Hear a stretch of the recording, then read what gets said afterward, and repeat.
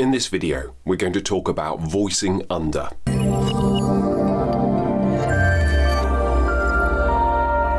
I know what you're thinking. The whole profession is called voiceover, right? You're a voice artist and you voice over stuff. Aha, not always is going to be my main point. And like all of my really key important points, I borrow the whole concept from someone else who is much better than me with much more experience and expertise. So when I work with Nancy Wolfson, foremost commercial coach, one of the first things that she introduced to me when we were looking at commercial voiceover, which is what she specializes in, Brain Tracks Audio, check it out, was the concept of voicing under as opposed to voicing over for a lot of content. And this is a real simple thing. You know, you can talk about the conversational read and all of this kind of stuff. And obviously I've got my video about, you know, a couple of steps towards making a conversational read, whatever that means to you, or more specifically, whatever it means to your client, any given client, when they're saying that that's what they want. But this crucial aspect that we come back to about talking to, not at, if at is the more announcery, more projectory thing that increasingly we only see in a kind of ironic, comedic kind of context, because so little advertising uses that honestly, directly, earnestly anymore. So when we're talking to, there's immediately this reduction in volume.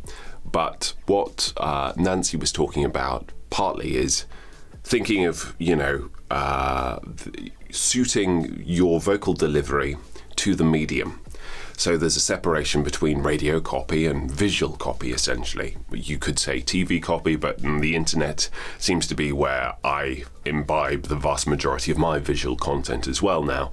And so when you know that you're going to be voicing to visual content, have this idea that you're referencing the visual content with your narration and that you're voicing under it. So rather than projecting over it, the voice is functioning under it, being able to kind of serve up and augment the pictures that people are seeing, so that it's not working in isolation from the imagery. And I think it's a very simple concept, but it's the whole reason. I mean, it's deceptively simple. It's something that a lot of people seem to forget, is that it's part of a whole. The video, you know, the voiceover comes quite often right at the end in terms of the production pipeline. Nancy uses the term active hush. And I think this is a really useful thing to do. People can think of like, oh, let's just stick an ear on my microphone and pretend that I'm whispering into the microphone. Okay, whatever works for you, if that's a great mental image, as opposed to speaking to a friend in a pub, then that can be really useful. But the whole difference between delivering and thinking as if you're just speaking like this, you know, over a visual representation, and then using active hush, which is literally, it's essentially whispering, but it's creating a little bit of vocal tension as well, so that you still, rather than just whispering, there's still that intention behind it. So the tension it's in my lips, it's ever so slightly in my jaw and my tongue, but it's mainly around there, around the mouth, so that there's that little vocal intensity. Can get a long way. It can afford you to lean into proximity effect, which is, you know, essentially when you get really close to the microphone, so it picks up those extra kind of bassy frequencies as well, which can add to the drama. And that little adjustment of using that active hush, of thinking of voicing under the visuals, can make such a difference. Here is an example of it in action. Okay, so this is an example of a project that I've worked on previously. So if a normal level read would be something along the lines of, GeoMachine is designed for the most challenging conditions in the world. Since it can even drill into soil shaped by the Ice Age, we dare to promise it will work anywhere. Okay, so we imagine that the visuals are going to be quite dramatic, quite cinematic, this blasted ice world that this hardcore machinery is working in as well.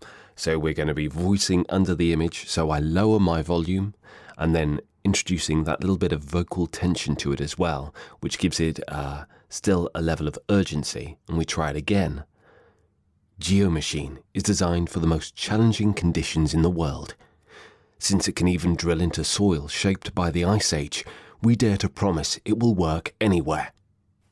And then if we check out the final project, GeoMachine is designed for the most challenging conditions in the world. Since it can even drill into soil shaped by the Ice Age, we dare to promise it will work anywhere.